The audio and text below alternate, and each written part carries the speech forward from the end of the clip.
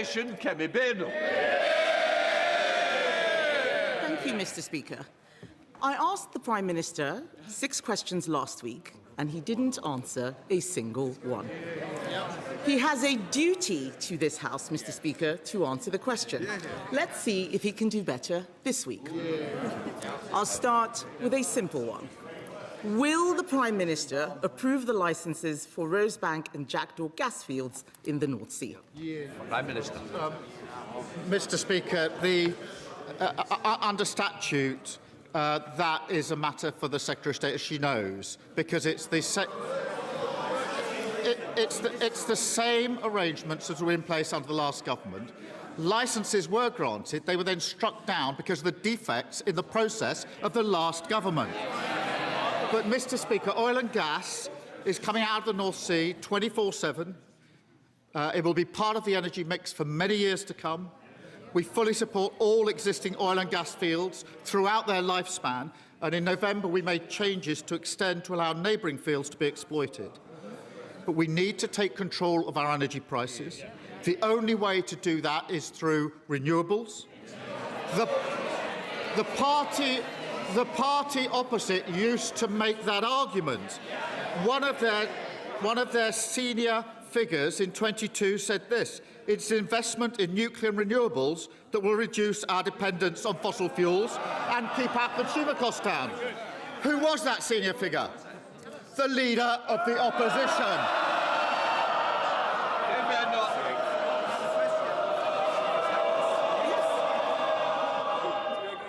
This is not the day to be thrown out with a 2-week break coming. Kemi.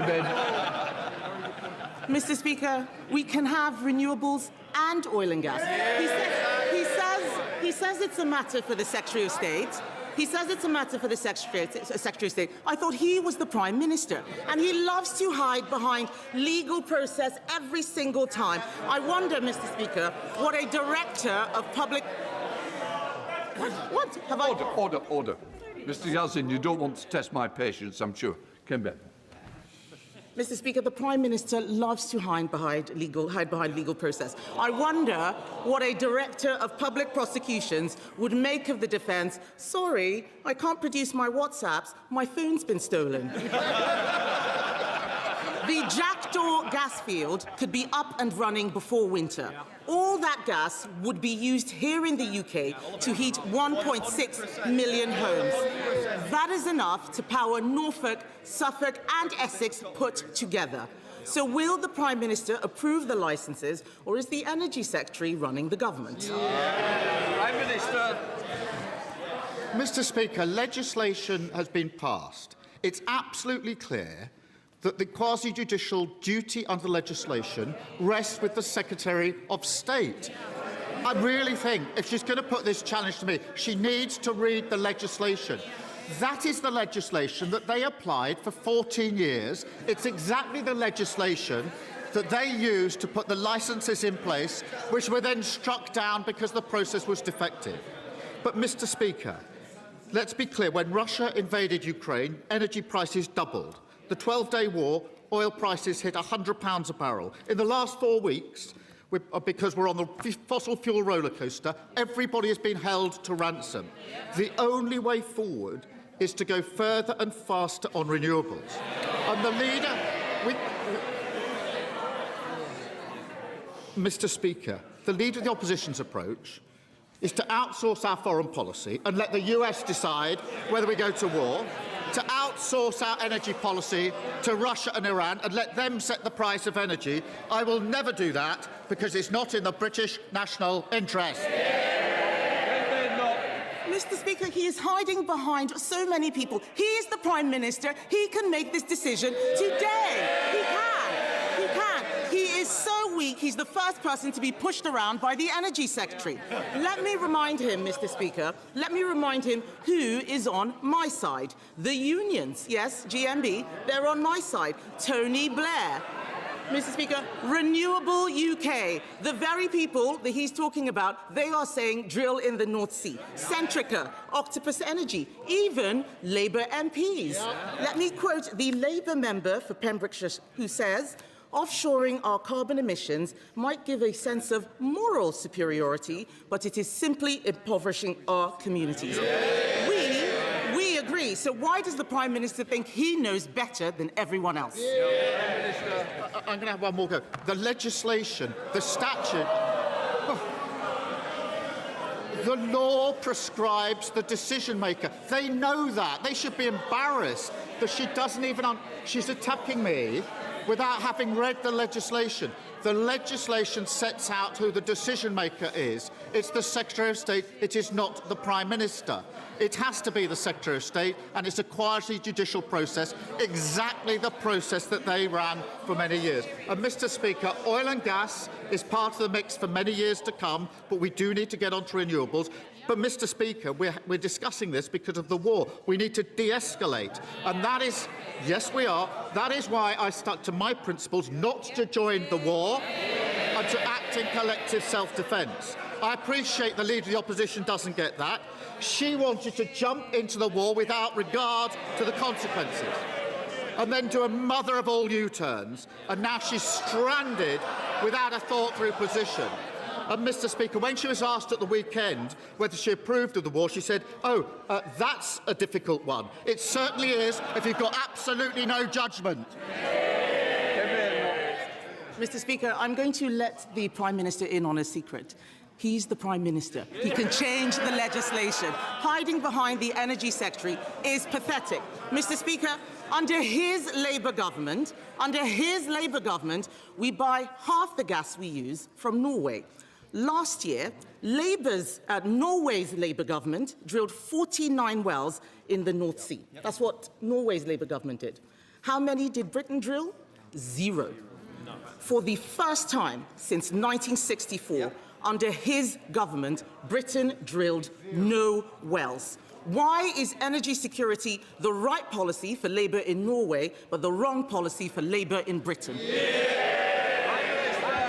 Mr. Speaker, so now our attack is if you changed and passed some different law, you could take the decision, which she's challenging me today for not taking. It's absolutely ridiculous.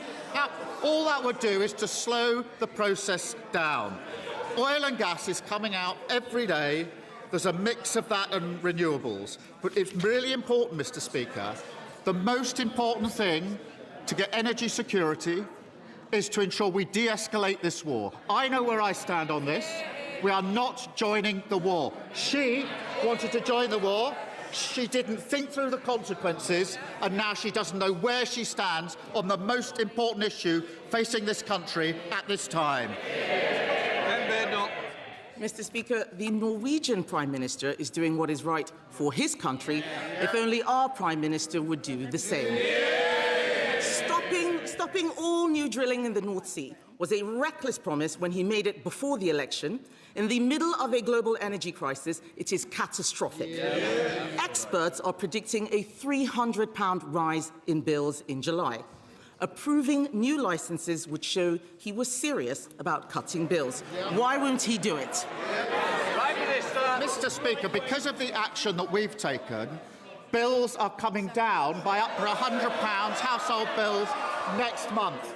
Then they will be capped for 3 months. That's what we're doing to protect households across the country. And who voted against it? The Tories and Reform, because they just don't get the impact on working people that we will protect. Badenoch. Mr. Speaker, he says bills are coming down. They are higher than they were when he came into office. And he's talking about, what they're doing to help with energy bills. Families and businesses will suffer from the spike in energy costs because of his decisions. He could abolish the green taxes on their bills. He could stop the fuel duty rise. We could drill our own gas in the North Sea. What's he doing? He is planning another giveaway to people on welfare. Yet again, he's taking money from those who do work to give to those who don't. First, we had the budget for Benefit Street. Now it's the bailout for Benefit Street. Doesn't this just prove that they've given up being the Labour Party and they're now just the welfare party? Mr. Speaker, the spike... they're the ones that double spend on welfare, Mr. Speaker. They're the ones with a broken system. And when we tried to mend it, what did they do? They voted against it. Order, order. Mr. Dewhurst, you're tempting my patience. Thank you, Prime Minister. Mr. Speaker, she talks about the spike in energy prices. That's because of the war, which I say we shouldn't join, and she says we should join without following through on the consequences. And time again, she gets the big calls absolutely wrong. She wanted to drag us into the war. She got that wrong. She opposed taking control of energy security, and she got that wrong. She opposed our decision to cut energy bills, and she got that wrong. And she seriously thinks that'll make her relevant, and she's got that wrong. Leader of the Liberal Democrats, Sir Ed Davey. Thank you, Mr. Speaker. Can I associate myself with the Prime Minister's remarks about Monday's despicable attacks on the Jewish community? Anti-Semitism has no place in our society, and given the potential links with the IRGC, I hope the government will move faster to prescribe them as terrorists. And Mr. Speaker, as a former Secretary of State for Energy who granted licences for oil and gas exploration, can I make a judgment on this argument? The Prime Minister is actually right, and the Leader of Opposition is wrong.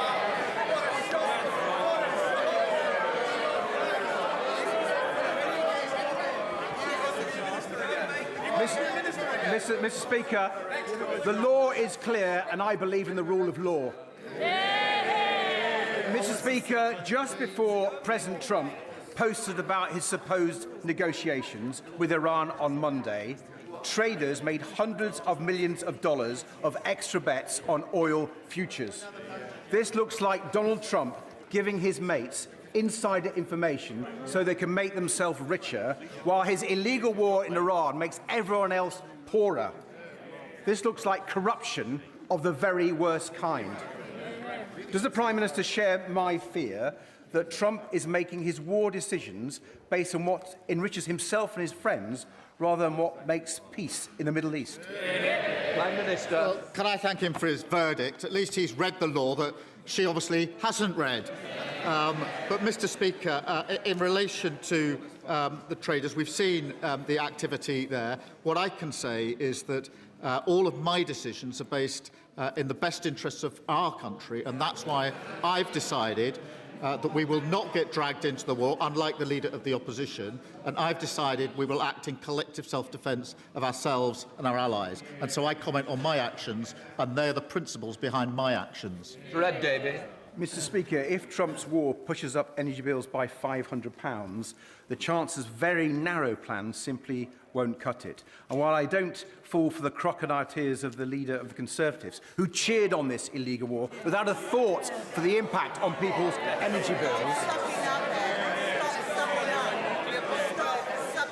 and the government is right to reject repeating Liz Truss's blanket cheque approach. But, Mr. Speaker, the government can't ignore the millions of families who don't get benefits, who already face a cost of living crisis. So can the Prime Minister at least guarantee to all those families and pensioners that he won't let their energy bills go up by £500 this year? Let me say my verdict. He's right about the Leader of the Opposition wanting to join the war, and she's wrong about that. At least he's read the legislation that I'm being challenged on. It does help. It does help. At least he's right. It was the leader of their party that said, let's all go to war without thinking through the consequences. We're now discussing the consequences. Mr. Speaker, in relation to the support, we've made clear the principles, the approach we'll take. We'll keep this under careful review. Energy bills for households are frozen until are capped until the end of June. It's really important I make clear that that's whatever happens in the conflict, because I know the public are concerned about that. We will then put in place appropriate support and look at how we put the principles behind it.